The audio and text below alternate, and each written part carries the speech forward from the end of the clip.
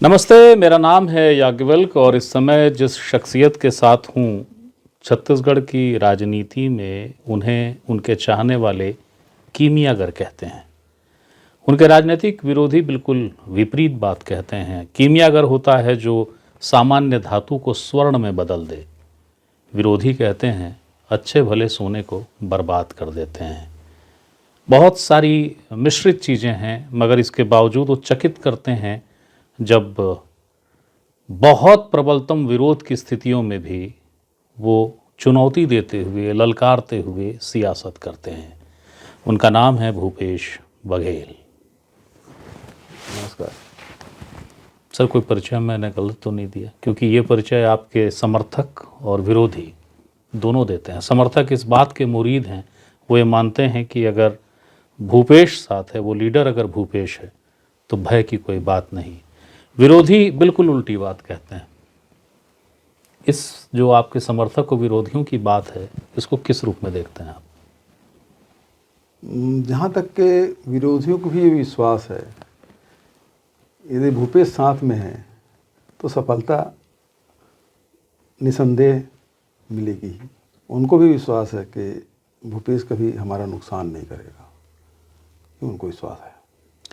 अच्छा, एक बात बताइए, क्या आप 24 घंटे पूरा पहर जो होता है, क्या आपका मस्तिष्क राजनीति मय रहता है? पॉलिटिक्स के इतर भी आप कुछ सोच पाते हैं क्या कि हर क्षण राजनीति से सम्मिश्रित और प्रभावित है भूपेश बघेल का? नहीं, मैं बिल्कुल राजनीतिक सोचता नहीं हूँ। पक्का? पक्का। तो राजनीति में जितनी आक्रामकता, जितनी नकारात्मकता, जितनी सकारात्मकता, ये जो गजब का बेजोड़ संयोग है आपके साथ, ये कैसे आता है? देखिए, सवाल इस बात का है कि जब किसी आइडियोलॉजी से जुड़ोगे, मैं कांग्रेस का आइडियोलॉजी से जुड़ा हूँ, और यदि उसके पक्ष में बात करना है तो उतना ही सकारात्मक और उतना ही जोर से मैं बोलता हूँ। यदि उसके खिलाफ रहता है तो उसके ज़बरदस्त उसमें प्रहार भी करता हूँ। ऐसा क्यों है कि छत्तीसगढ़ के परिप्रेक्ष्य और छत्तीसगढ़ के संदर्भ में कि आपके राजनीतिक विरोधी जितना कांग्रेस के भीतर हैं, उतने बीजेपी में नहीं है, बल्कि बीजेपी में दिल खोल के आपको अपना मित्र कहने वाले लोग हैं? क्यों है ऐसा? ये आपके ये कूटनीतिक भाषा है। जबकि सबसे ज़्यादा यदि भयभीत कोई है तो भारतीय जनता पार्टी, यहाँ से लेकर दिल्ली तक जो सोच है या जो सवाल है वो गलत है। और जहाँ तक कि कांग्रेस की बात है, कांग्रेस में हम सब मिलजुल कर रहते हैं। जैसे मैं दूसरी जगह देखता हूँ जिसमें बोलचाल भी बंद है, लेकिन अपने यहाँ ऐसी बात नहीं है। सिंहदेव से आपके रिश्तों को लेकर अक्सर खबरें आती हैं, खबरें बनती हैं। मैं तो आज तक कभी उनके खिलाफ नहीं बोला एक शब्द। आज पहली बार है जो सवाल आप पूछ रहे हो। हाँ, आपने बोला कुछ नहीं, लेकिन ऐसा कहा जाता है कि अगर वो कुछ बोलते हैं या नहीं बोलते हैं तो उसके पीछे भूपेश ही हैं या आपका मुख्यमंत्रित्व काल है। आप इससे सहमत हैं या ऐसी कोई बात कभी आई है? नहीं, जब प्रदेशाध्यक्ष था तब भी जब वो कुछ बोलते थे तब भी मैं कोई प्रतिक्रिया नहीं देता था, और आज भी नहीं देता। प्रतिक्रिया नहीं देने का अर्थ क्या ये है भूपेश जी कि उनकी बातें थोड़ी असहज करती? नहीं, कोई असहज नहीं। देखिए, मैं बहुत लोगों के जो बातें हैं, मैं तो पत्रकारों से भी कहता हूँ, यदि कोई आपके पास सवाल है तो सीधा मुझसे कहिए। दूसरे सवाल को अपने मुंह में डाल के मुझसे मत करिए, है ना, ये उचित नहीं है। तो सबके अपने, देखिए, सबका अपना व्यक्तित्व है, सबके अपनी कार्यशैली है, सबको अपने बोलने का अंदाज है, काम करने के तौर तरीके हैं, तो सबके अपने अपने हैं। तो एक जैसे कोई नहीं हो सकता। मैंने राजनीति को लेकर जो प्रश्न किया था उसका संदर्भ ये था, ऐसा बहुत विलक्षण होता होगा, कभी कहीं हुआ होगा, मुझे ध्यान नहीं है। पुत्र पिता की सबसे बड़ी संतति और उसकी सबसे कमज़ोर चीज़ होती है। मैंने ही नहीं, हम में से कई पत्रकारों ने जो चीज़ों को दर्ज करते हैं, हमने देखा कि पुत्र ईडी के ऑफिस में है, उसी ऑफिस के सामने जो जगह है वहाँ पिता भूपेश हैं, दहाड़ रहे हैं, जन्मदिन मना रहे हैं, इसे किस रूप में देखें? आप कहते हैं हर क्षण राजनीति से नहीं प्रेरित हूँ, और ये क्या ललकारना नहीं है? और ये क्या सोची समझा दांव नहीं था? किस रूप में देखना चाहिए? बिल्कुल नहीं था। देखिए 23 अगस्त तो मेरा जन्मदिन है, और पिछले कई वर्षों से मेरे क्षेत्र में हमारे जो कांग्रेस के कार्यकर्ता साथी लोग हैं, वो लोग जगह भी तय करते हैं और कार्यक्रम क्या होगा वो भी तय करते हैं। उस दिन मेरा बस नहीं चलता। उस दिन केवल मुझे उपस्थित होना होता है। मैं कोई उनको ये भी नहीं कहता कि जैसे कोई कार्यक्रम हो तो मैं सलाह भी देता हूँ कि इसको ऐसा करना है, उसको ऐसा करना है। उस दिन के कार्यक्रम में मेरे क्योंकि कार्यक्रम उनका होता है, इसलिए मैं कोई सलाह नहीं देता। तो कार्यकर्ताओं ने मीटिंग की और उसके बाद मेरे पास आए, सूचना देने आते हैं कि हमको इस जगह करना है। तो भैया आपके जन्मदिन में हमारे घरों में ईडी वाले आए थे, फिर ये जन्मदिन आया है तो फिर कहीं ना आ जाए, तो क्यों ना वहीं चले जाए, वहीं मनाएं। तो ये सुझाव कार्यकर्ताओं का था।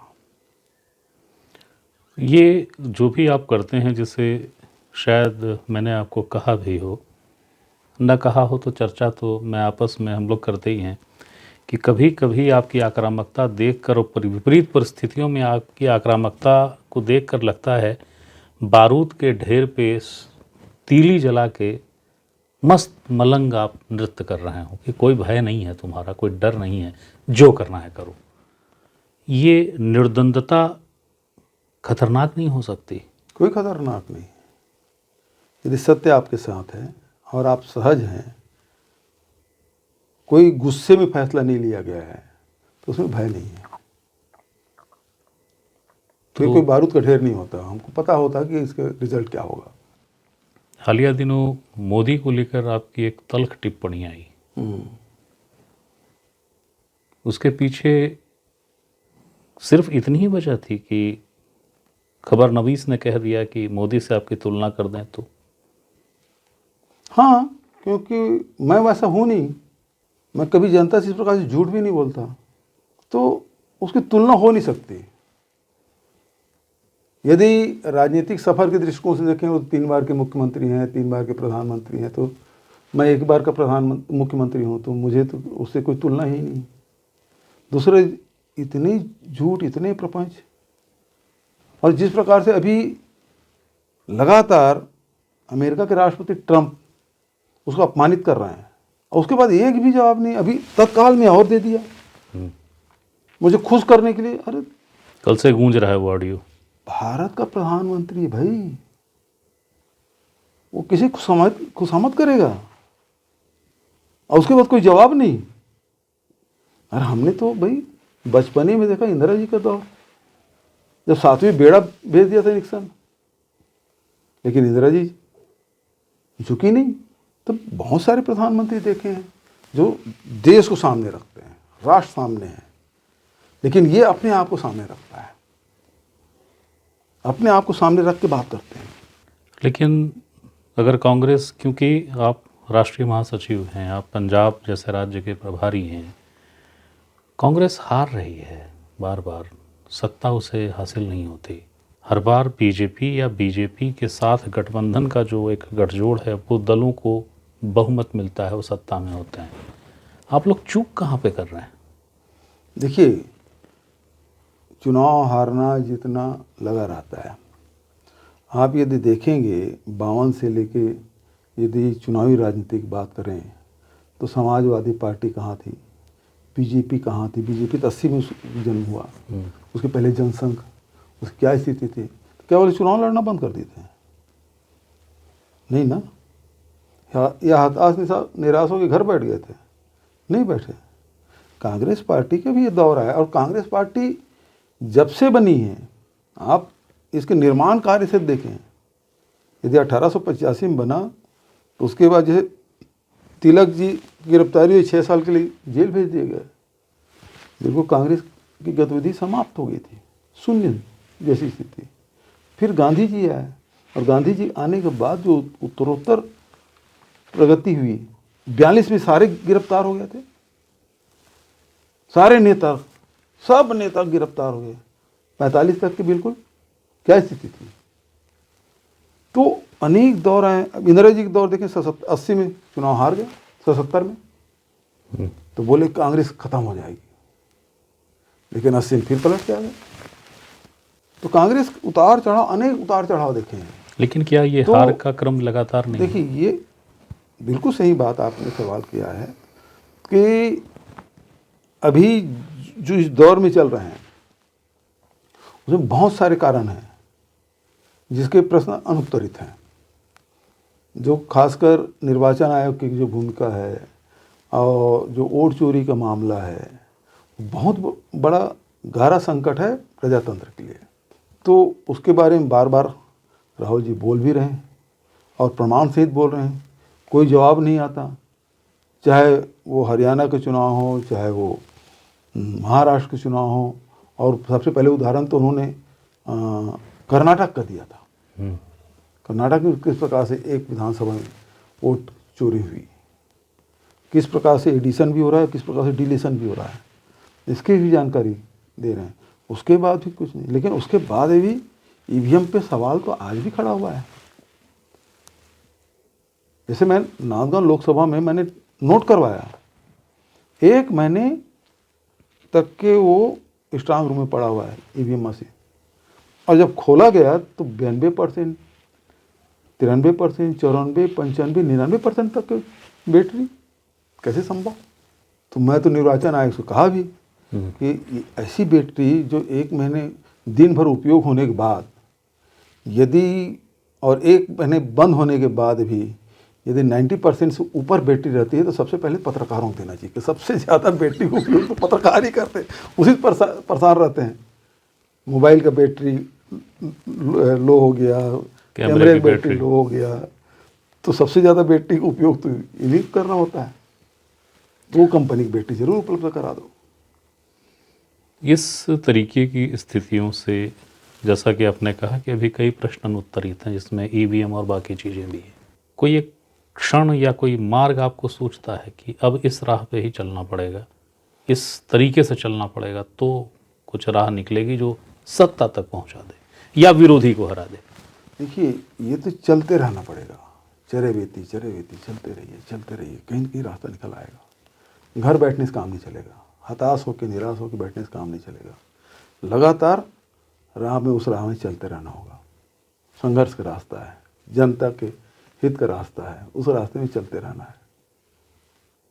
संघर्ष की राह। एक चीज़ याद आ गई इस बात से, 2018 का समय था, आप प्रदेश अध्यक्ष बने। 2018 के पहले आपने पदयात्रा का एक मैप तैयार किया, करीब करीब समूचा छत्तीसगढ़ समाया था उस पदयात्रा में। कुछ संयोग ऐसा था कि मुझे भी मौका मिला था, मैं था उस पदयात्रा मुझे में। मालूम है, रायगढ़, धर्मजयगढ़ रास्ते में थे। यूं उस प्रश्न के 2 भाग हैं। एक भाग ये है कि जब उसी समय चुनाव भी आ गए, बहुत सारी व्यस्तताएं हो गई, आप सत्ता में आ गए, पदयात्रा बच गई। मैंने तब भी पूछा था कि, और अब भी पूछ रहा हूँ, वो जो बची पदयात्राएं हैं उन पर भूपेश क्या स्मरण रखते हैं, क्या योजना रखते हैं? दूसरी बात, आज जो संगठन है प्रदेश में, आपको लगता है कि वो जो एक शून्यता सी है, वो जो एक जगह रिक्त सी दिखती है, वो जो एक पदयात्रा की जो एक रिदम है जिसको लेकर कहा जाता है कि ये राजनीति के डीएनए में है, आदिकाल से है, ये राम ने भी पदयात्रा की थी और जिसने पदयात्रा की वो सफल हो गया है, वो चीज़ें मिसिंग लगती हैं। आप अपनी भूमिका कहीं देखते हैं उसमें? नहीं, जहाँ तक के पदयात्रा की बात कहें, मैं समझता हूँ मेरे बाद मोहन मरकाम जी बने अध्यक्ष, और मैं समझता हूँ सबसे तेज चलने वाले राजनेताओं में से एक वो हैं पैदल चलने में। लेकिन एक यहाँ जो अपन धमतरी के से पदयात्रा जो शुरू किए थे, कंडेल नहर वाली, तो उसी यात्रा हम लोग कर पाए। बहुत ज़्यादा यात्रा उस समय सत्ता रहते हम लोग नहीं कर पाए, कहीं कहीं पद यात्राएँ हुई। लेकिन अभी आप देखेंगे कि दीपक बैज जी लगातार पद यात्राएँ कर रहे हैं, चाहे बस्तर में हो, चाहे बलौदाबाजार की यात्रा हो, चाहे अन्य जगहों में हो, लगातार पद यात्रा करते हैं, कर ही रहे हैं कार्यक्रम। अभी कुछ दिन इस अंतराल को छोड़ दें तो लगातार वो पद यात्रा कर ही रहे हैं अनेक अनेक मुद्दों पे। आप तो संतुष्ट जहाँ हैं? तक कि देखिए, संतुष्ट असंतुष्ट व्यक्तिगत मामला हो सकता है, लेकिन जहाँ तक कि संगठन की बात है, संगठन को तो लगातार काम करते रहना। अभी संगठन सृजन का काम हुआ, सारे लोग जुटे उसमें, अपनी पसंद नापसंद सब बताए, नियुक्ति हो गई। उसके बाद अब जो कार्यक्रम राष्ट्रीय स्तर पे जो कार्यक्रम आ रहा है वो मनरेगा का है। अचानक इन्होंने मनरेगा बंद करने की घोषणा कर दी। जी राम जी। तो मनरेगा वो क्या कार्यक्रम शुरू कर रहे हैं उससे हमें मतलब नहीं है। मतलब ये है कि जो अधिकार गरीब जनता को मिला हुआ था वो अधिकार आपने छीन लिया। जो ग्राम सभा में तय करते थे कि हमारे गांव में ये काम होना चाहिए, वो आपने छीन लिया।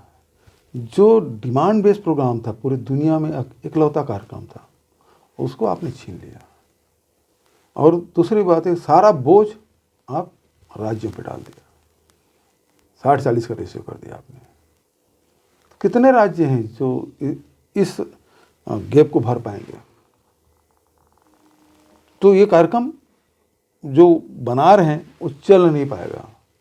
जो कार्यक्रम चल रहा था पिछले 20 साल से, जो उस समय खासकर आप याद करेंगे जब कोरोना काल था और सब लोग रोजी रोटी की तलाश से भटक रहे थे, सैकड़ों किलोमीटर पैदल चल के अपने घर पहुंचने की कोशिश कर रहे थे। उस समय सबसे पहले मनरेगा काम छत्तीसगढ़ में शुरू हुआ। 26 लाख परिवारों को हमने दिया, बड़ा सहारा मिला लोगों को। और उसके बाद पूरे देश में, उसके सेकंड राजस्थान और दूसरे फिर राज्य शुरू किए। तो शुरुआत तो यहाँ से हमने किया था छत्तीसगढ़ से, लेकिन बड़ा कारगर साबित हुआ। तो वो ऐसा कार्यक्रम देखिए, ये छत्तीसगढ़ में हमेशा अकाल दुष्काल से हम लोग जूझते रहे हैं। और मध्य प्रदेश की विधानसभा में आप देखेंगे, पुराने रिकॉर्ड आप निकाल के देंगे कि हर दूसरे तीसरे साल सूखे के लिए विधानसभा सत्र में क्वेश्चन, ध्यानाकर्षण, स्थगन सब आते रहे हैं। और राहत कार्य के लिए कितने आंदोलन, और उसके बाद पलायन पलायन की कहानियाँ कितनी होती थी। सारे मीडिया हाउस, उस समय तो इलेक्ट्रॉनिक मीडिया कम ही था, लेकिन प्रिंट मीडियम पूरा भरा रहता था। लेकिन मनरेगा आने के बाद पूरे देश में भी कहीं भी ये राहत कार्य नाम ही अब भूल गए हैं। पहले जो राहत कार्य शुरू होते थे उसके मैनुअल अंग्रेजों के समय बने हुए थे, मैनुअल, उसका उदाहरण दिया जाता था। अब कोई याद नहीं करता। लेकिन अब फिर से अब दिल्ली से बनेगा। जो दिल्ली से निकाल के ग्राम सभा को अधिकार दिया गया था, उसे वापस फिर दिल्ली ले जाए। आपकी एक और शैली जिसके लोग मुरीद हैं, पत्रकार भी मुरीद हैं, वो है प्रेजेंट ऑफ माइंड, प्रत्युत्पन्नमति, चट से जवाब देना। लेकिन एक चीज़ बताइए, आप विजय शर्मा जी को अचानक आपके सोशल मीडिया हैंडल से लिखा जाता है छोटा पैकेट, छोटा रिचार्ज। नड्डा जी को लेकर बड़ा गजब की कवितानुमा तुकबंदी लिख दी जाती है। अचानक आप ओपी चौधरी जी तो खैर निशाने पे रहते ही हैं आपके। ये अरुण साव जी भी रूठ गए, नाराज़ हो गए। वो कहते हैं कि मुख्यमंत्री वरिष्ठ रहे हैं, आप शब्दों में नियंत्रण होना चाहिए। आपने बंदर, शेर और हिरण का दृष्टांत दिया, कह रहे हैं कि ये तो समाज को आहत करने वाली बात है। अरे भाई, दृष्टांत के पहली बार हम लोग तो विधानसभा में कितने बार इसी दृष्टांत को कभी धर्मजीत सिंह के मुँह से कितने बार सुन चुके हैं, कितने वरिष्ठ नेताओं के मुँह से सुन चुके हैं। वो तो बाल खड़ा वाले सुनाए नहीं है कि वो स्टोरी सुनाते थे और उसके बाल खड़े हो जाते थे, काट लेते थे। किसके बारे में था वो सब जानते हैं। तो ये देखिए, कई बार भाषण को रोचक बनाने के लिए, लोगों को जोड़ने के लिए भी अनेक प्रकार के कहावत है, मुहावरे हैं और कुछ उदाहरण हैं, उसको दिया जाता है। ये कोई पहली बार भूपेश बघेल की खोजा हुआ कहानी तो नहीं है, ये बहुत पुरानी कहानी है और ऐसा कोई नहीं है जिसको नहीं मिलेगा जो न जानता हो, सब जानते हैं। न उसमें कोई जाति सूचक बात थी, न कोई व्यक्तिगत कोई ये था कि आपके पास इतने सारे विभाग हैं, महत्वपूर्ण विभाग। आपके पास जल जीवन मिशन है, मतलब घरों तक पानी पहुंचाने का काम है। आपके पास PWD जिसमें सड़क पुल पुलिया बनाना है आपको। फिर आपके पास नगरीय प्रशासन है।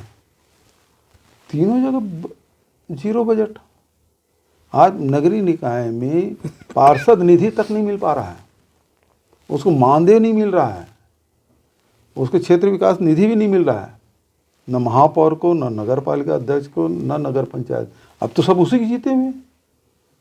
किसी पार्षद पूछ लीजिए कि उसके वार्ड में कितना काम हुआ। PWD पूरा RTI निकाल के संजय सिंह ठाकुर ने RTI निकाला तो 500 मीटर मुंगेली में और 400 मीटर आपके सरगुजा, 450 मीटर। इतना स्वीकृत है नया, जितना है वो सब पुराने। अभी जो काम चल रहे हैं तो पुराने हम लोग स्वीकृत किए थे, वो है। क्योंकि PWD में जब काम करना होता है तो उसके लिए आपको स्वीकृत करने के बाद टेंडर करना, वर्क ऑर्डर करना, है ना, ये करना, वो सारी प्रक्रिया से गुजरना पड़ता है। तो साल बहुत जल्दी करेंगे तो साल भर में आपका काम दिखाई होगा। आपको 2 साल हो गया, और कहीं तो कुछ दिखे भाई। जल जीवन मिशन में कितने बार उसको दिल्ली से डांट पड़ी,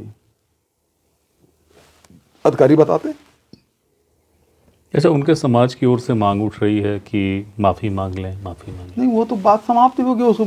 उसके अध्यक्ष को बयान भी आ गया किसी पेपर में कल, तो मामला ही शांत हो गया। और उसके लिए जवाब चाहे इंद्र साहू ने दिया, संदीप साहू ने दिया, डॉक्टर अजय साहू ने दिया, ओंकार साहू ने दिया, सारे लोग भर भर के दे रहे हैं जवाब। मुझे कुछ बोलने की जरूरत नहीं। मैंने किसी जाति के अपमानजनक बात तो आज तक हम किसी जाति के लिए उसी की बात कर, किसी जाति के बारे में नहीं बोला, तो आज कैसे बोल देंगे। आपको लेकर एक बात और है, एक शब्द होती है राजनीति में, या क्लिष्ट हिंदी है, दुर्भिसंधि। आप परिचित होंगे इस शब्द से। मुख्यमंत्री विष्णुदेव साय के खिलाफ भूपेश आक्रामक नहीं होते, ये कहा जाता है। अरे भैया, सबसे पहले तो साय में नहीं बोलना शुरू किया। विधानसभा चुनाव हुआ था, लोकसभा चुनाव आया तो सबसे पहले साय तो मैंने कहा। और आज स्थिति क्या है, ऐसा कोई भाषण मेरा निकाल के देख लीजिए जिसमें उसमें आक्रमण ना होता हो।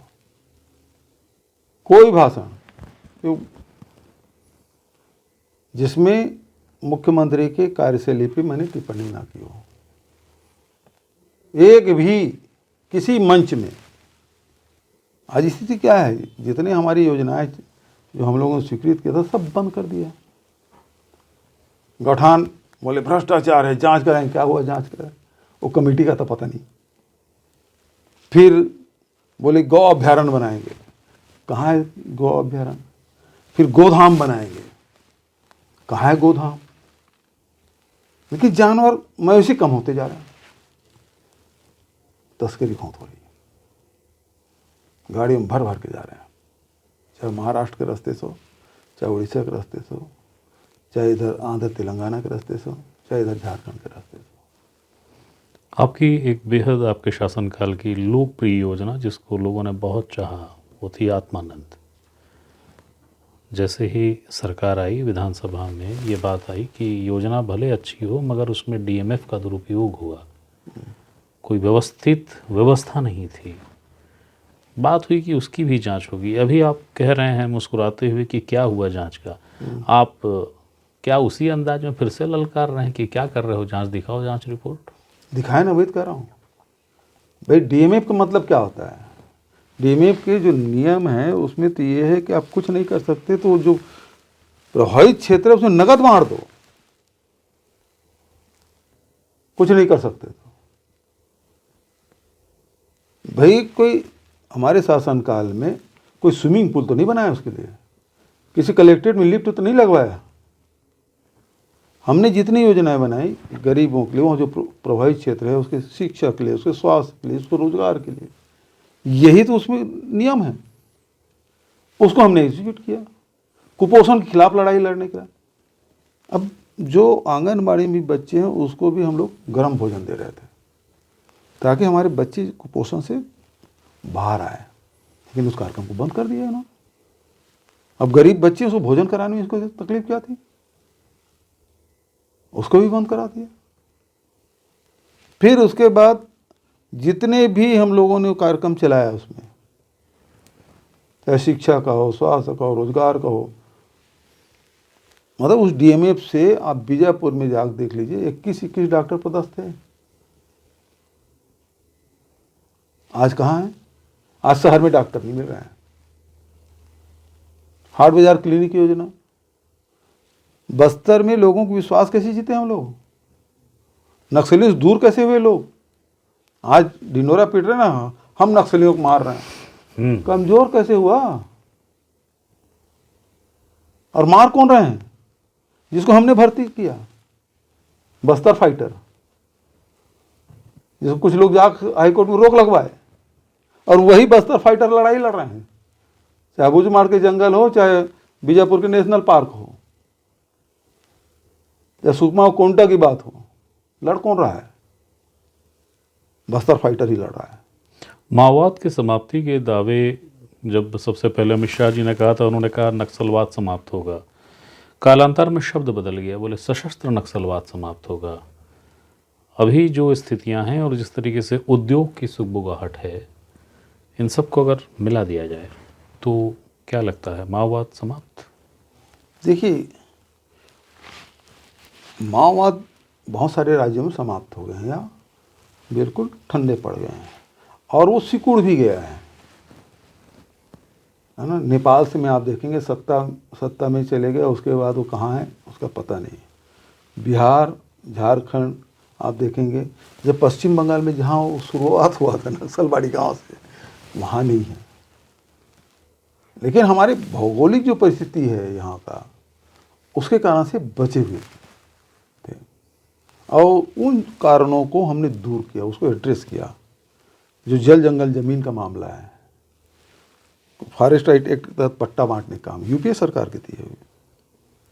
लोगों को पट्टा दिया, मनरेगा के तहत खेत के समतलीकरण किया, सौर ऊर्जा मतलब दिए। पूरे देश में सबसे ज़्यादा सोलर पंप हमारे छत्तीसगढ़ में हमने लगवाया, रिकॉर्ड है हमारा, निकाल के देख लीजिए। तो लोगों को उधर जोड़े। जितने लघु उपज है, 67 प्रकार के लघु उपज, समर्थन मूल्य भारत सरकार की तरफ से था, और नहीं है तो राज्य सरकार की ओर से समर्थन मूल्य घोषित कर खरीदने की व्यवस्था, उसकी वैल्यू एडिशन करने की व्यवस्था, उसको रोजगार देने की बात। तो लोगों की जेब में पैसा गया, ऋण माफी किए, धान के 2500 रुपये दिए, कोदो कूट की रागी खरीदी की व्यवस्था किए। जब हम 30 रुपये में 31 रुपये महुआ खरीदना शुरू किए कोरोना काल में, तो व्यापारी से 50 रुपये खरीदना शुरू कर दिया। अभी कोदो कूट के हमने 33 रुपये किया था, व्यापारी से 40 रुपये में खरीद रहे थे। अब सरकार ने बंद कर दिया। मैं अभी आया हूँ पंडरिया से, पूरा जो जंगल मध्य प्रदेश से लगा हुआ एरिया है, वहाँ आप चल दो तो वहाँ कोदो कूट के अलावा कुछ होता ही नहीं। मैं क्या भाव बेच रहे हैं? बोले 20 रुपये। बोले हम 33 रुपये में खरीदते भी थे और 10,000 रुपये एकड़ देते भी थे उसको, राजीव गांधी किसान न्याय योजना के तहत। आज बंद कर दिया। तो ये सारी योजनाएं हैं। फिर जो स्कूल बंद थे, शिक्षा मित्र डीएमएफ से बन दिए, वहाँ कौन से भाई, रमन सिंह के समय में 15 साल में सारे स्कूल को आप सड़क किनारे ले आए। किसी गांव में शिक्षा व्यवस्था नहीं थी, हम सारे स्कूल फिर से खोल दिए, चाहे वो बीजापुर हो, दंतेवाड़ा हो, सुकमा हो, चाहे वो नारायणपुर हो, सब जगह स्कूल खोल दिए और वहाँ शिक्षा मित्र की नियुक्ति कर दी। वहाँ बच्चे पढ़ाने लगे। वहाँ पीडीएस साहब खोल दिए। राशन कार्ड नहीं बना था, जॉब कार्ड नहीं बना था, सब कैंप लगा लगा कर दिए। तो लोगों को विश्वास लगा ये सरकार हमारी अपनी सरकार है। तब जो इंफॉर्मेशन जो नक्सलियों को देते थे वो हमको देना शुरू किया। और बड़ी बात आपको कहूँगा, हमारे शासनकाल में कहीं भी किसी पंचायत में, किसी गांव में काला झंडा नहीं फहराया गया 15 अगस्त 26 जनवरी को। दूसरा, सारे पंचायतों में चुनाव हुए, जबकि 15 साल हुए नहीं थे। बहुत सारे पंचायतों में चुनाव नहीं होते थे। और तीसरी बात, सबसे महत्वपूर्ण बात, किसी सड़क को काटा नहीं गया। जो गांव वाले काटते थे नक्सलियों के कहने से, एक सड़क नहीं कटा। गांव वाले सड़क मांगते थे, क्यों? उसके पास मोटरसाइकिल हो गया, उनके पास ट्रैक्टर हो गया, उसके पास 4 पहिया वाहन हो गए, संपन्नता आई। इस कारण से 600 गांव हमने नक्सलियों से खाली कराया। आज इस सरकार की स्थिति ये है कि अपनी सिपाहियों की इज्जत बचा नहीं पा रहे हैं। रायगढ़ में ये क्या दम ठोक रहे हैं? योजनाएं हमारी थी, हमने उसको लागू किया, और उसी समय से नक्सली, आप उस समय के रिकॉर्ड निकाल के देखें, बहुत सारे समाचार पत्रों में छपा कि नक्सल भर्ती में कमी आई है। अब युवक है वो सरकार की तरफ जा रहे हैं, हमारे तरफ नहीं आ रहे हैं। नक्सली की चिट्ठी भी थी। उस समय की स्थिति थी, गोली से मरे, या तो गोली लग गई तब नक्सली मारे जाते थे, या गोली नहीं मिली। कोरोना काल में तो बहुत सारे नक्सली नेता मारे गए, तो उसको गोलियां नहीं मिली खाने के लिए। आप एक चीज़ बताइए, आप रायगढ़ के उद्योग को लेकर बहुत आक्रामक हुए, जिस तरीके से अधिग्रहण की कोशिशें हुई, मगर आप ही को लेकर सवाल है कि आपने ही तो कहा था कि अगर लाइट नहीं चाहिए तो बिजली कटवा लो। तो भूपेश जी आपकी कौन सी बात को सही माने, वो तेवर जो रायगढ़ में था या वो जो आपने कांकेर में? देखिए, बिजली उत्पादन के 2-3 सोर्स हैं आपके, चाहे थर्मल पावर हो, हाइड्रल पावर हो, या फिर सोलर, इसी से चल रहा है, या फिर न्यूक्लियर हो गया चौथा। आपको बिजली चाहिए तो कोयला से चलाना पड़ेगा, बिल्कुल सही बात, लेकिन किसके लिए?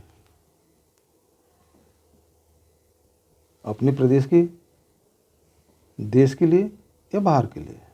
नंबर 1। नंबर 2, दूसरी बात ये आती है कि सबके नियम बने हुए हैं। यदि आपको खदान चाहिए तो खदान में आपको पर्यावरण स्वीकृति चाहिए, वन स्वीकृति चाहिए। आपको भूमि अधिग्रहण करना है तो उसके नियम बने हुए हैं, उसका पालन करिए। आप यदि नियमों का पालन नहीं करेंगे और उसके बाद आप खदान शुरू करेंगे तो विरोध तो होगा ही, जो अभी तमनार में तो हो रहा है। आखिर जो अडानी ने किया, उसको फॉरेस्ट राइट एक पट्टा मिला था सामुदायिक, गाँव लोग 75 एकड़ का, आप बिना पूछे काट डाले, और सरकार खुद खड़ा होके पूरे 2000 सिपाही खड़ा होके उस जंगल को घेर लिए, गांव वालों को घेर लिए, और एडीएम तहसीलदार खड़ा होकर कटवा रहे हैं, और अडानी के आदमी काट रहे हैं। ये गलत है ना। खदान खोलना है तो उसके भी नियम हैं, कितना खोदना है हर साल, उसके भी नियम बने हैं। क्या उसका पालन हो रहा है? क्या आपके शासनकाल में हुआ? हमने कोशिश की। आज आखिर कोयला खदान में एक बात बताइए, जितने भी खदान कहें चाहे कोलवासरी कहें, किस शासनकाल में रेट पड़ा? एक आध बता दो, 2 साल में एक आध कोलवासरी में रेट पड़ा हो? नहीं। या 15 साल रमन सिंह के राज में बता दो कितने कोलवासरी में रेट पड़े? कोयले चोरी हो रही ना। आप तो सरगुजा से आते हैं, वहाँ तो 200 ट्रक रोज बनारस के रास्ते जाते हैं। सरगुजा अंबिकापुर के बाहर खड़ी रहती गाड़ियाँ, है ना। कभी रेट पड़ा कोलवासरी पे? नहीं ना। हमने शुरुआत की तो उसी खामियाजा होगी ना। एक चीज़ बताइए आप, हालांकि 2 सवाल अंतिम हैं, पर अब ये सवाल सूझ गया अचानक। ये आप सरगुजा दौरे पे गए, ठीक है, मीडिया की नज़रें टिक गई, और आप, क्या सिर्फ और सिर्फ संयोग है कि वो लोग आपसे मिलते रहे जो सिंहदेव के करीबी नहीं हैं, या जिनसे उनके मतेक के भिन्नता है, उन लोगों के साथ आपकी मुलाकात रही? दूसरा जो एक प्रश्न इससे जुड़ा हुआ है, चूँकि आप सूरजपुर भी गए थे, संगठन निर्माण का जो विषय आया था, ये भी क्या विचित्र सा संयोग है कि हर जिलाध्यक्ष आके आपको प्रणाम कर कर के गया? क्या आप, मतलब उसके क्या संदेश निकालें कि जितने जिलाध्यक्ष आपके पास आ रहे हैं आपने बनवाए थे? यदि ऐसा था तो फिर संगठन निर्माण कैसा? ये गलत बात है। जहाँ तक के देखिए, पता नहीं इतना मीडिया इसको दूसरे नज़र से क्यों देखती है। दूसरे नेता लोग भी आते हैं हमारे जिले, हम आते रहते हैं। हम लोग तो कभी हमारे जिले के कोई पत्रकार नहीं पूछता, ना हम लोग पूछते। भाई आए आए, अच्छी बात है। आप सिंहदेव के भिलाई आने की बात कर रहे हैं? नहीं, उसके पहले भी नाम गाँव भी गए, मान जी भी जाते हैं और दूसरे नेता भी आते रहते हैं, जाते रहते हैं, कोई दिक्कत नहीं भाई। अब सत्तू भैया, अब उसकी सक्रियता कम हो गई उम्र दराज होने के कारण से, नहीं तो वो तो दौरा घूमते ही रहते थे वो। तो उसमें अन्यथा लेने वाली बात मुझे कुछ समझ नहीं है। और गया तो मैं सफ़ी के यहाँ के पहले गया, उसकी बिटिया की शादी थी, सब लोग गए थे, मैं नहीं जा पाया। आप नहीं जा पाए थे? मैं गया उसके यहाँ। तो उसमें अन्यथा लेने वाली बात क्या है भाई, मुझे ये चीज़ समझ नहीं आया। दूसरी बात, संगठन सृजन के तहत सारे जिलाध्यक्ष बने, बहुत सारे नए बने, कुछ लोग पुराने रिपीट हो गए, है ना। तो उसमें कुछ नए बने तो सबके पास गए हैं भाई, मेरे पास भी आए। और संगठन सृजन के तहत सबसे पहले तो मैं दुर्ग में ही तीनों जिला अध्यक्ष को बिठा के दीपक बैद जी कहा कि आप आइए, एक अच्छा संदेश जाएगा। मैं उसको बुलाया, वो आने वाले, मतलब उसके और कार्यक्रम थे और भी व्यस्तता है। मैं बोला नहीं, आना चाहिए, इससे जिला अध्यक्षों को, कार्यकर्ताओं को अच्छा संदेश जाएगा। फिर रायपुर में हुआ, फिर दमतरी में हुआ, अन्य जगहों में हुआ, सब जगह गए। मैं सब जगह तो नहीं जा पाया, लेकिन हाँ सूरजपुर में गया था मैं, गोरेला पेंटर मारवाही भी गया था।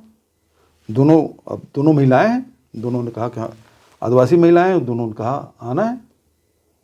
कुछ स्वर यहाँ सुनाई दिया मुझे जीपीएम में, कुछ लोग विरोध कर रहे थे। मैं बोला संगठन सृजन के तहत जिनकी नियुक्ति हुई है उसका विरोध करना गलत बात है, और सार्वजनिक रूप से।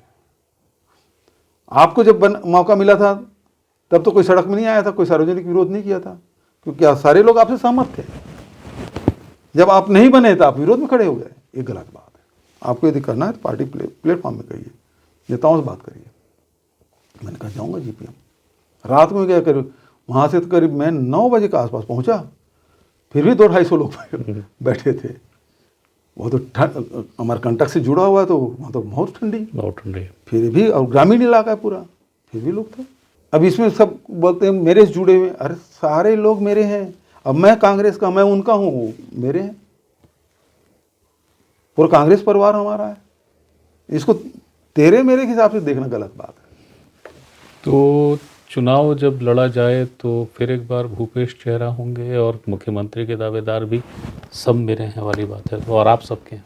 जो हाईकमान जो जिम्मेदारी दे उस काम को हमको करना है। देखिए अभी चुनाव हुए और चुनाव के बाद बहुत दिन तक हम खाली बैठे थे, कोई पद में नहीं थे, लेकिन एक कांग्रेसी कार्यकर्ता थे, एआईसीसी के मेंबर हैं, तो उस नाते तो पूरा प्रदेश घूमते रहे, देश भर में जहाँ ऑब्जर्वर बना के भेजते रहे, गए, सब जगह दौरा किए कार्यक्रम में। अभी महामंत्री बना दिए, तो उस नाते भी जो जिम्मेदारी देते हैं सब लोग करते हैं, और प्रदेश में भी दौरा करते हैं। यूँ आपसे वो सवाल मैंने पहले किया था, फिर पूछ लेता हूँ, पद यात्राएं भूपेश फिर से करेंगे क्या? देखिए अभी तत्काल में ऐसी कोई योजना तो नहीं है, लेकिन भविष्य में यदि योजनाएं बनती है तो क्यों नहीं करेंगे पद यात्रा। जनता के मुद्दे को लेकर लड़ेंगे। अभी देखिए जिस प्रकार से किसान आज परेशान है, सबसे ज़्यादा किसान परेशान है, उसके रकबा कट गया है, उसको ज़बरदस्ती रकबा सरेंडर करने के लिए बोल रहे हैं, अब धान सरेंडर करने के लिए बोल रहे हैं। जिस प्रकार से वो तुम्हारा जो लिमिट कम किया, उसके कारण से किसान परेशान, अभी तक के धान बिक नहीं पाया है। नहीं तो पिछले वर्षों में ये होता यह था कि जनवरी आते आते किसानों का धान बिक जाता था। अभी मुझे खुद 29 जनवरी को मिला है तीसरा टोकन, और 3 महीने से धान रखवाली कर रहे हैं खलिहान। मैं करीब 20-22 नवंबर को पहला बेचाऊँगा, दूसरा 22 दिसंबर को, और तीसरा 29 जनवरी को। मुझे खुद को, बहुत सारे किसान हैं जिसको मिल नहीं पाया है अभी तक टोकन। ये स्थिति धान खरीदी की है। मतलब सरकार, मतलब जिस प्रकार से इनका रवैया है उसमें तो लगता ही नहीं सरकार खरीदना भी चाहती। तो किसान भारी आक्रोशित। उसी प्रकार से अभी मनरेगा में देखिए, गांव गांव में चर्चा होगी मनरेगा बंद हो गया, मनरेगा बंद हो गया। मैं तो जिस जिस गाँव में होकर आया हूँ सब लोगों से बोले हाँ मनरेगा बंद हो गया, तो बड़ी चिंतित हैं। फिर बिजली दर में वृद्धि लगातार, उससे लोग परेशान। अभी वो ई-केवाईसी के चक्कर में बहुत सारे जो बुजुर्ग महिला पुरुष है उसका नाम कट रहा है राशन कार्ड में, वो राशन नहीं उठा पा रहे, लाखों लोग नहीं उठा पा रहे हैं। तो वो दबाव अलग है। तो लगातार लोगों के बीच में, और सबसे बड़ी बात कानून व्यवस्था। छत्तीसगढ़ में बहुत कम ऐसे अवसर आए हैं जिसमें जनता आक्रोशित हो जाए और पुलिस को इस कदर मारे पीटे, मैं तो पहली बार देखा हूँ। महिला हाथ जोड़ी खड़ी है। बिट्टू जो आपके पुत्र हैं चैतन्य, उनकी राजनीति शुरू हो गई? आपको लगता है कि अब राजनीति में आने का वक्त हो गया उसका, वो राजनीति में शामिल हो जाना चाहिए उसको?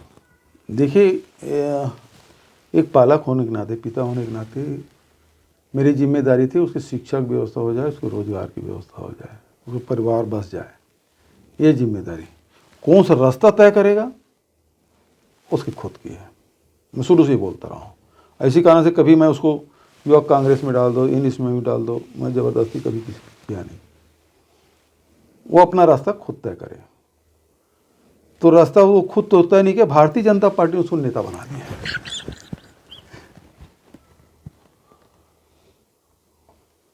अब वो पार्टी जाने और चैतन्य जाने, तो उनके काम। भूपेश बघेल को लेकर शुरू से ये बात एक मैंडेट है, एजेंसियों की भूमिका रही है, संकेतों में ही सही पर आती है बात।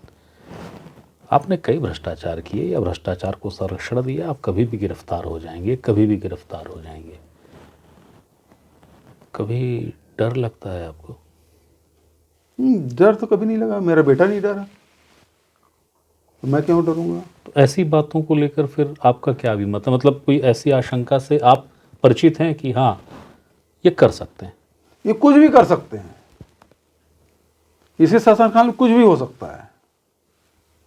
अरे भाई, मैं पूर्व मुख्यमंत्री हूं, मेरे घर में ईडी बिना नोटिस के मेरे लड़के को उठा के ले गया। कोर्ट ने क्या टिप्पणी किया? आपको नोटिस देना था, उसे बुलाना था, उनको मौका देना था, आपने नहीं किया, सीधे उठा के ले गए। तो जन सामान्य की स्थिति क्या होती होगी सोच सकते हो आप? तो ये कुछ भी कर सकते हैं। इसे शासनकाल में जीरम भी हो सकता है। इसके शासनकाल में पूर्व मुख्यमंत्री बेटे को घर से उठा के ले जा सकते हैं, कायदे कानून को बलाए ताक में रख के। तो कुछ भी कर सकते हैं। भूपेश बघेल के बारे में कहा जाता है, न शत्रु को छोड़ते हैं, न शत्रुता को जार जार विदीर्ण किए बगैर मानते हैं। एक पिता भी हैं आप, पुत्र के साथ ऐसा हुआ, गुस्सा नहीं है? नहीं, गुस्सा इस मामले में नहीं है। जब नियम तोड़ के करते हैं तो उसका गुस्सा है। वे दूसरे बेटे भी जा रहे हैं, गुस्सा तो उसके लिए भी है। और जो राजनीति में हूं मैं, मुख्यमंत्री भी रहा, विधायक भी लंबे समय से हूं, तो पूरा परिवार ही हो जाता है ना छत्तीसगढ़, उसमें मेरा भी एक परिवार है। भूपेश रिटेलिएट करेंगे अवसर आने पे, लगता है? कैसे मतलब? रिटेलिएट मतलब आज आप विपक्ष में हैं, तंत्र जो है, जो सक्रिय है, क्या उसे ये समझना चाहिए कि सत्ता परिवर्तित भी होती है? नहीं हुआ ना। रमन सिंह तो मुझे जेल भिजवाया था, मैंने भिजवाया क्या? मैं बदले की राजनीति नहीं करता। मैं पहले ही दिन बोला, मैं बदले की राजनीति नहीं करता। राजनीति में बदला लेने के लिए नहीं आया हूँ। राजनीति में व्यवस्था परिवर्तन करने के लिए, लोगों के हित करने के लिए, और मैंने करके दिखाया। तो आपसे भय क्यों खाते हैं भाई? कि भूपेश का शासनकाल है, जेल भेज देगा, बचो? हाँ, मेरे पिताजी भी यदि गलत उसकी शिकायत किए तो उसको भी जेल भेज दिए। गलत करेगा उसके लिए मैं रोकूंगा नहीं, गलत करे मतलब उसके जो प्रावधान है कानून का राज होना चाहिए, पिक एंड चूज नहीं होना चाहिए। आज ईडी, आईटी, सीबीआई, डीआरआई जितनी भी एजेंसी हैं केवल विपक्षी दलों को पकड़ रहे हैं जी। भाजपा का कोई ठेकेदार, कोई उद्योगपति, कोई व्यापारी, सब बिल्कुल हरिश्चंद्र के औलाद हैं और गंगा के जल से धुले हुए लोग हैं, बहुत ईमानदार हैं, कोई बेईमानी नहीं करते, कोई चोरी नहीं करते, है ना। महादेव सट्टा में तो नाम आ गया ना, महादेव सट्टा नहीं मतलब बेटिंग ऐप में नाम आया ना पीएमओ का। क्या कार्रवाई कर रहे हैं पीएम? न खाऊंगा ना खाने दूंगा। अब क्या हुआ हिरेन जोशी का भाई, क्या कार्रवाई की है? तो 565 करोड़ शायद आपको देने की बात कही गई थी, तो कहाँ है? ला क्यों नहीं रहे हो? सवाल इस बात का है, जब दुबई में वो आदमी पकड़ा गया था, 45 जेल में रहा, है ना, तो उसको भारत क्यों नहीं ला पाए सारी एजेंसी? सुप्रीम कोर्ट ने फटकार लगाई रवि उप्पल को, गिरफ्तार था ना 45 दिन तक, क्यों नहीं लाए भाई? प्रत्यर्पण क्यों नहीं करा पाए? तो इसका मतलब है कि तुम्हारे वो इधर नहीं उधर गया है। मैं तो खुद खुलेआम बोला कि अभी भी वो सट्टा चल रहा है, तो ये विष्णुदेव सट्टा है कि ये मोदी सट्टा है कि ये शाह सट्टा है? चल तो अभी रहा है, कौन चला रहा है? तो डबल इंजन और ट्रिपल इंजन की सरकार है, फिर चल कैसे रहा है? आखिरी सवाल है सर, आपके राजनीतिक विरोधी कहते हैं, और ये शब्द मेरे मुंह में डाले नहीं जा रहे, मैं देख रहा हूँ इसलिए पूछ रहा हूँ, कि वो भूपेश जो अपने आप में एक क्षत्रप रहे हैं, वो भूपेश जो पूर्व मुख्यमंत्री रहे हैं, वो भूपेश जो लंबे अरसे से कांग्रेस के एक स्तंभ हैं, इस बदले दौर में लोग दूर हो रहे हैं आपसे, समर्थकों की संख्या घट रही है, विधायक आपके पास नहीं है। कहेंगे आप सवाल पूछते पूछते कुछ सोच रहे हैं तो मैं इसका क्या जवाब दूंगा? सारे विधायक मेरे साथ, सारे कार्यकर्ता मेरे साथ, और इतने कार्यक्रम मैं कार्यक्रम दे नहीं पा रहा हूँ, दौरे इतने हैं, थक के चूर हो रहे हैं। चुनाव बहुत दूर है और उसके बाद कार्यक्रम में कोई कमी नहीं है। और कार्यक्रम निकाल के देख लीजिए, भारतीय जनता पार्टी के नेताओं से, उसे शीर्ष नेताओं से और मेरे कार्यक्रम की तुलना करके देख लीजिए, वो कितना दौरा करते हैं महीने में। यूँ सवाल पूरे शेष खैर कभी नहीं होते, और अभी के लिए तो मैंने पूछ लिया, मगर एक लालच रह गया है। आप जब सीएम थे ना, तो जनसंपर्क भी आप देखते थे, ठीक है, पत्रकारों से आपके रिश्ते विपक्ष के दौर से बड़े गजब के रहे हैं। अब जब आप विपक्ष में हैं, एक बार फिर से मुख्यमंत्री से हट के अब आप इस स्थिति में हैं, वो मीडिया कैसी लग रही है आपको? देखिए, मैं तो पत्रकारों का नेता रहा हूँ, चाहे प्रदेश अध्यक्ष था तब, मुख्यमंत्री था तब, और अभी हूँ तब, यदि जनरल सेक्रेटरी हूँ तब भी मीडिया के लोग तो मेरे पास आते हैं। उसके मालिक न पहले थे न अब हैं। आपने बहुत व्यस्ततम समय में से समय दिया सर। बहुत सारे प्रश्न जो जनसामान्य में तैर रहे थे, मेरा काम था उनको प्रस्तुत कर देना, और आपने हमेशा की तरह जितने भी कम ज़्यादा जितनी भी बातें आपसे हुई हैं, आपने प्रश्नों को सहजता से हमेशा से लिया है और जवाब इस बात पे मिला है। फिर कुछ नए प्रश्न कभी उद्भूत हुए, आग्रह करके आपसे समय फेर लेंगे जी। बहुत बहुत शुक्रिया। नमस्कार। ये थे पूर्व मुख्यमंत्री भूपेश बघेल, मौजूदा समय पाटन के विधायक। शायद ऐसा कोई प्रश्न अब शेष नहीं है, यूँ प्रश्न हमेशा रहते हैं राजनीति में, पर प्रासंगिक जितने प्रश्न मुझे याद आए, जो मुझे स्मृति में थे, मैंने वो सब पूछ लिए हैं, और जवाब कई जगहों पे आपको सिद्ध मिलेगा। इसलिए मिलेगा क्योंकि मैं बात कीमियागर से कर रहा था। अगली बार किसी नई शख्सियत के साथ मैं फिर हाजिर होऊंगा। तब तक प्रणाम।